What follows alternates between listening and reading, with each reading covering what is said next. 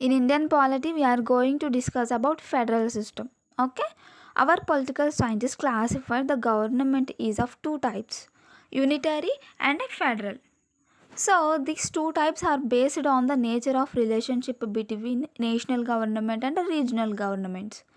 It means central government and state governments. Okay, first, know the difference between unitary and federal governments.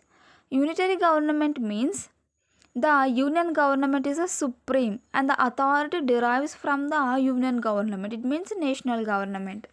Okay, the all powers from the national government only. There is no power behind the states. Okay, and coming to the federal government, the powers are divided between the national and the regional governments. It means the central and state governments. Okay, by the constitution. So the federal government is based on the division of powers. Okay. In federal model of government, the national government is also called federal government, central government, union government, and the regional government is also known as state government, provincial government. Okay, so the federation, this is a term derived from the Latin word feudus. Okay, so feudus means treaty or agreement. Okay, so it means the agreement between the states with union. This is known as federation. And again, the federation is of two types, true federation, quasi federation. Okay, true federation means the federation was formed by the agreement of states with union. Example, USA. USA is the example of the true federation. And the quasi federation is the federation made by the states, but there is no agreement between the union and states. So this is known as a quasi federation, and India is the example of this quasi federal system. Okay, and US is the first and oldest federation in the world, and this federation came from the American Revolution 1775-83. Okay.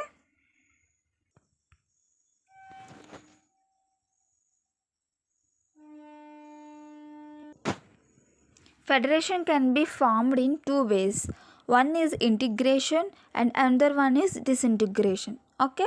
So coming to the integration, some states they may be economically weaker or militarily weaker. So they come together and form a agreement, and they want to become a big union or strong union.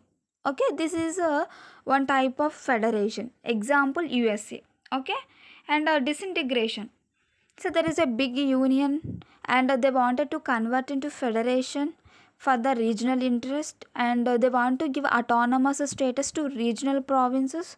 Okay, for example, Canada. Okay,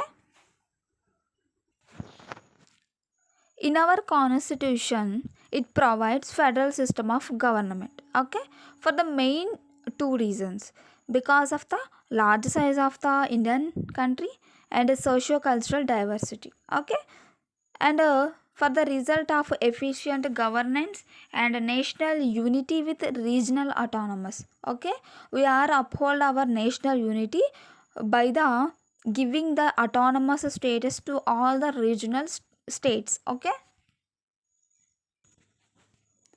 and one more thing is the federation is the term, uh, this term is nowhere in the constitution, but article 1 says India as a union of states. It means federation. Okay, Dr. B.R. Ambedkar described India as a union of states, and the union of states, the term has been preferred to the federation of states.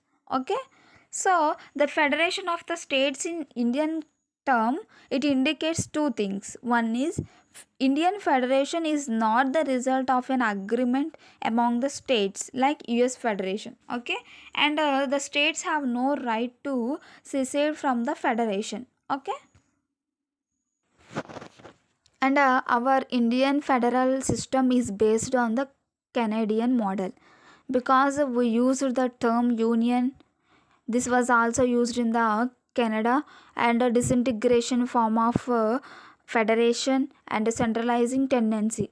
Okay, the more powers were given to the central government. So we adopted this system from the Canadian model. Okay. Coming to the features of the federal system of the Indian Constitution. Okay, so first feature is dual polity. It means there is a center and states. They have given the sovereign powers by the constitution. Okay, so the union government which deals about the matters which are important in the national level. Okay, it means it deals the matters of national importance. First one is defense, foreign affairs, currency, and communication related matters which are dealing by the union government. Okay, and the state governments maybe deals with the local matters. It means they have given the preference to the local importance. It means public order, agriculture, health, local government. Okay, next feature is a written constitution. Our Indian constitution is written, not only written but the lengthiest in the world, with 470 articles, 25 parts, and 12 schedules. Okay, it specifies the structure, organization, powers, and functions of the central and state governments. Okay, our Indian constitution contains both central and state governments structure, organization, powers, and functions. Okay, that's why our constitution is very lengthiest in the world. Okay, it prescribes the limits within which they must operate, so there may be a less chances of disagreements and misunderstandings between the two. It means central and state governments. Okay, and third feature is division of powers. Okay, there is a division of powers between center and states. According to 7th schedule of the Indian Constitution, there are three lists for the governance. One is union, state, and concurrent list. Okay, union list has 100 subjects which are dealing by the central government only, and state has 61 subjects, and which subjects are lists are administered by the state government. And the concurrent list, state and union can make laws. Okay, and in case of conflict about the concurrent list, the central laws will prevails. Okay, so the residuary powers or residuary subjects were given to the central government, and the residuary subjects were not mentioned in any of the above three lists. Okay,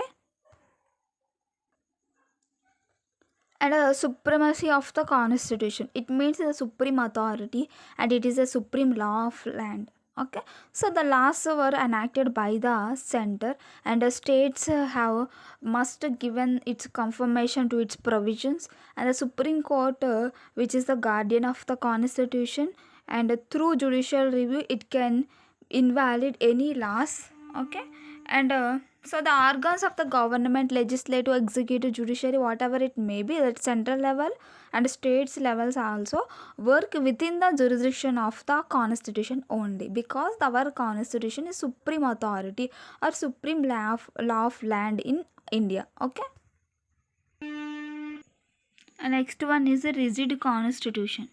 It means our Indian constitution is a blend of rigidity and flexibility. Whenever coming to the federal structure, it means any amendment which is related to the federal provisions, it can be amended by the joint action of central and state government. It means rigid. Okay, special majority of parliament and half of the states ratification is important under this amendment, which is related to the federal provisions. Okay. Next feature is independent judiciary. So our constitution established a independent judiciary for settle the disputes between center and states, and between the states and states, between states, and to protect supremacy of the constitution also.